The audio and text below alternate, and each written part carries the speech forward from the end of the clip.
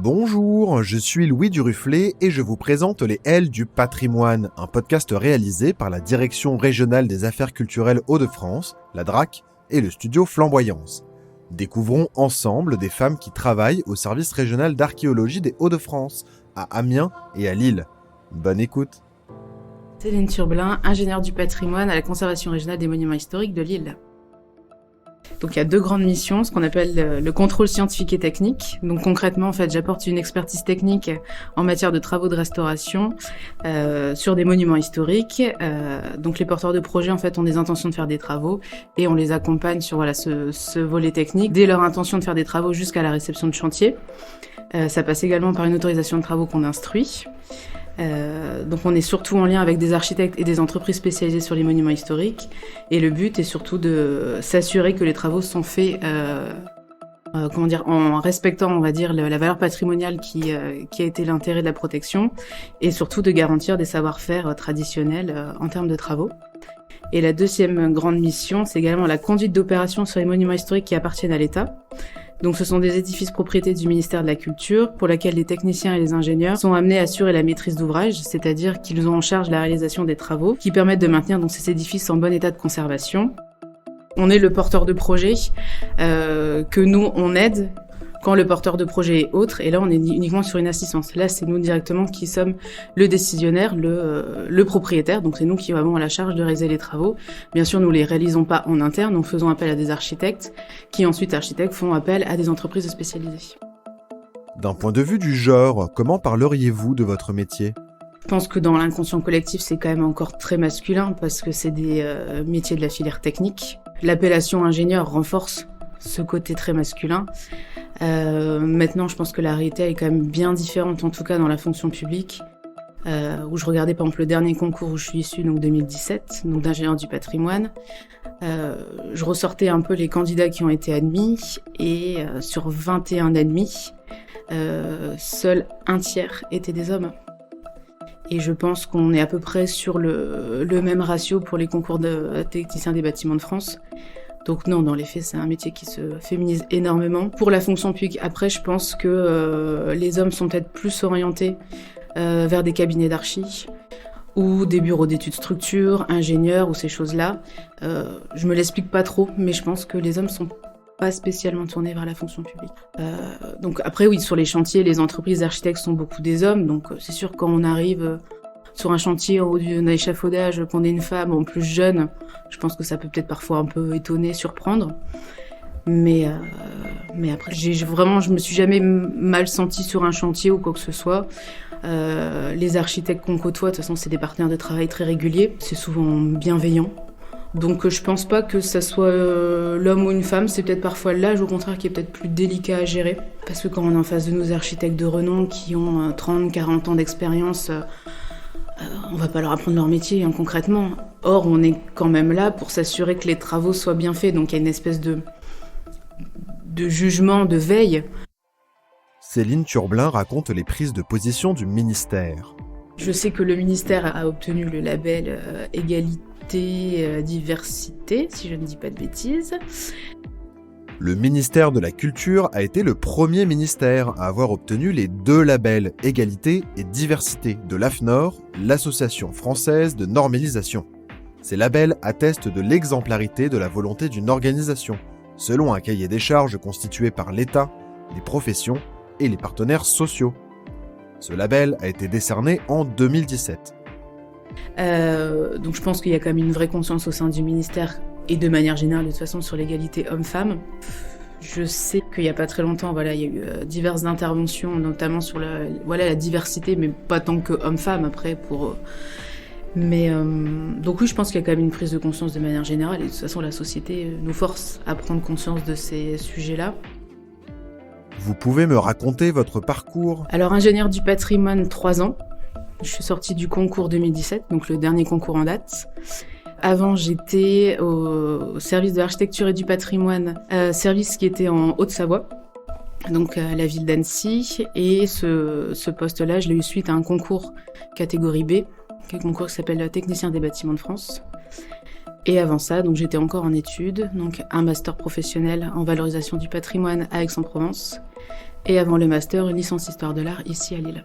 Et en forçant un peu le destin, j'ai pris la tâche de l'ancienne chef de service à l'époque, lui disant je voudrais revenir dans la région. J'ai informé Paris de ce souhait, Paris qui m'a dit je peux rien vous promettre mais on va tenter. Et au final je suis revenue.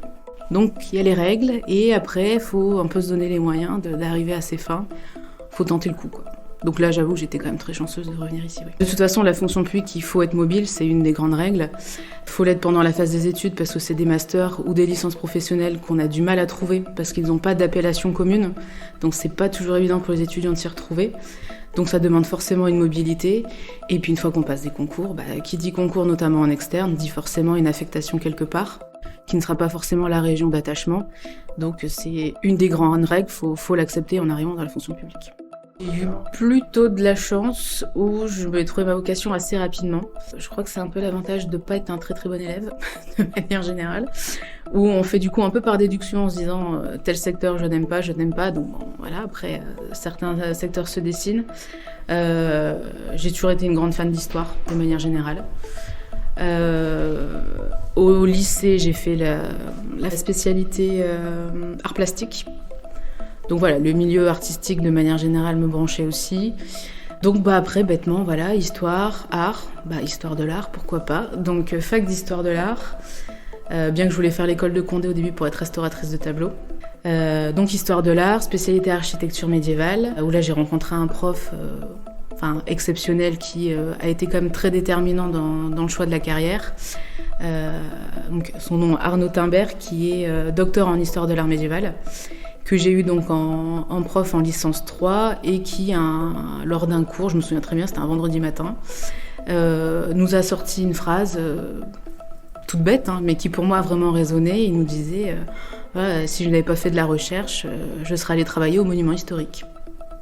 Et d'un coup d'un seul, ça a été un espèce de révélateur. Je me dis oui, bien sûr, les monuments historiques. Donc comme quoi, ça tient à rien du tout. Et c'est pour ça comme quoi je me dis vraiment que il suffit de savoir ce qu'on veut faire. Après, si on n'est pas très bon, c'est pas grave, mais on se donne les moyens. Mais je pense qu'il y a encore un gros boulot à l'école pour soutenir les élèves et leur dire que les voies techniques, c'est pas des voies, des mauvaises voies ou c'est que pour les mauvais. De toute façon, pour évoluer au ministère de la Culture, c'est les concours, les examens professionnels. C'est ça qui vous fait changer à la fois de métier et du coup de salaire qui va avec. Il n'y a pas vraiment d'évolution, il y a une évolution salariale par l'ancienneté, mais l'évolution dans le poste et la responsabilité qu'on prend, elle passe que par des concours et des examens pro. Voilà, on arrive par voie de concours. C'est pas parfait, mais c'est quand même un système qui est le plus égalitaire, donc chacun peut tenter sa chance. Voilà, les règles sont données, elles sont globalement les mêmes pour toutes. Le salaire est en fonction des grilles indiciaires, donc par rapport à la catégorie, au corps, à la classe et à l'échelon. Donc il n'y a pas de possibilité de caractère discriminatoire homme-femme. Nous, c'est un domaine qui est quand même... je le voyais même en histoire de l'art, on était quasiment que des femmes en tant qu'étudiante. Donc vraiment dans ce milieu-là, voilà, après si on en revient forcément aux entreprises, aux bureaux d'études, naturellement, ce sera beaucoup plus des hommes qui seront partis en école d'ingénieur. Donc, je pense que c'est plutôt le fait qu'on méconnaisse ces domaines, qu'on a du mal à accéder à cette connaissance, qui nous empêche. Mais c'est pas en soi le domaine qui met un frein dès l'instant qu'on est une femme. C'est de manière générale, c'est l'orientation dès la scolarité qui pêche, quoi. Quel serait votre conseil aux étudiantes ? C'est vraiment de toujours rester en bon contact avec ses tuteurs, parce que voilà, le ministère est tout petit et qu'on va à un moment donné retomber sur quelqu'un qui connaît quelqu'un, et comme partout, le réseau est hyper important. Faut parfois poser aussi des questions bêtes, tant pis, mais mieux vaut avoir une réponse que se taire et puis être dans le flou. Je pense qu'il y a trop de gens qui, dans leur étude, étaient peut-être parfois très bons élèves, mais en fait ne savaient pas quoi faire, et en fait ont enchaîné des années d'études. Et au final, ils ont, entre guillemets, perdu leur temps. Et parfois, être trop bon, je pense que ça aide pas non plus. Parce que ça donne pas une direction, en fait. Une question que j'adore poser est celle d'une œuvre d'art qui rappelle le sujet. On a toujours de bonnes surprises. Je pensais à l'affiche de Howard Miller, qui a été réalisé, je crois, c'est en 1943, donc pendant la Seconde Guerre mondiale, et qui montre une ouvrière, voilà, le bras tendu, montrant son muscle, et elle est intitulée We Can Do It. Et bon, voilà, c'est une affiche qui a été maintes fois reprise dans l'histoire, notamment par de la propagande, le mot est fort, mais en tout cas pour militer pour un parti pris féministe, mais voilà, c'est caricatural, mais en même temps ça montre aussi, voilà, quand on veut, on peut, et j'aime beaucoup cette expression, donc voilà, et l'image est belle en plus, visuellement aussi, et elle parlera, je pense, à beaucoup de monde, vu qu'elle est surutilisée, même en publicité ou en marketing de manière générale. Je vous remercie chaleureusement pour l'écoute de cet épisode. Je vous invite à en parler autour de vous et à partager ce podcast sur les réseaux sociaux. Je tiens à remercier tout particulièrement le ministère de la Culture et la DRAC Hauts-de-France qui a choisi de porter et de financer intégralement ce podcast. Un immense merci aux équipes, et particulièrement à Karine Delfolly, Élise Lemarchand et Caroline Briche-Cadrin. Merci à vous!